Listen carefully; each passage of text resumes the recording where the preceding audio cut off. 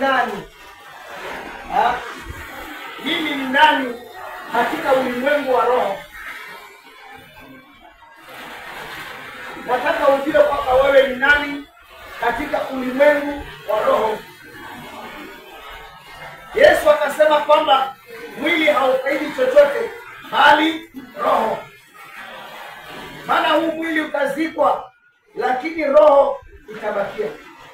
Kwa hivyo ni vizuri ujue kwamba wewe ni nani, ujitambue katika roho wewe ni nani. Haleluya.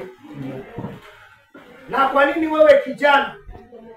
Kwa nini tunasema kwamba wewe kijana uwe mstari wa mbele katika kueneza injili?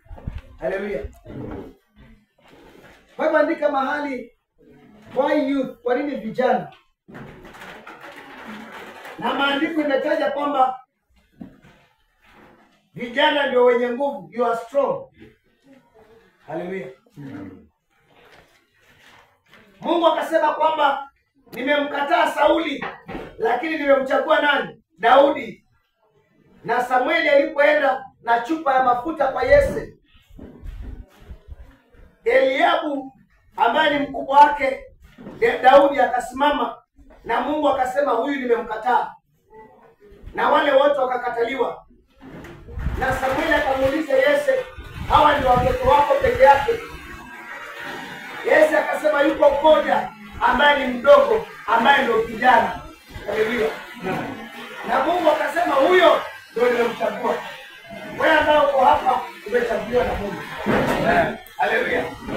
Wewe ambao umekuja hapa ndio utakuwa Daudi kwa ile boma leo. Wewe ndio utakuwa Daudi kwa hiyo kijiji yenu. Wewe ndio utakuwa Daudi kwa hii matolani. Haleluya. Daudi alitoka kuwa mchunga kondoo na akawa mfalme. Na wewe utatoka hapa kesho, yule chao wa kawaida walikuzoea, utatoka hapa kesho na utaanza kuombea wagonjwa na kupona. Kwa sababu umekuja hapa kubadilishwa. Haleluya. Na yule roho wa Mungu atakubadilisha. Haleluya. Samueli wa kwanza 10, Samueli akamwambia Sauli, utakapoondoka hapa, roho Mungu atakuja juu yako, ataingia ndani yako na atakubadilisha, utakuwa mtu mwingine. Kwa hivyo roho Mungu akija juu yako atakubadilisha. Kama ulikuwa mgonjwa unapona. Halo, hiyo ndio mabadiliko. Haleluya.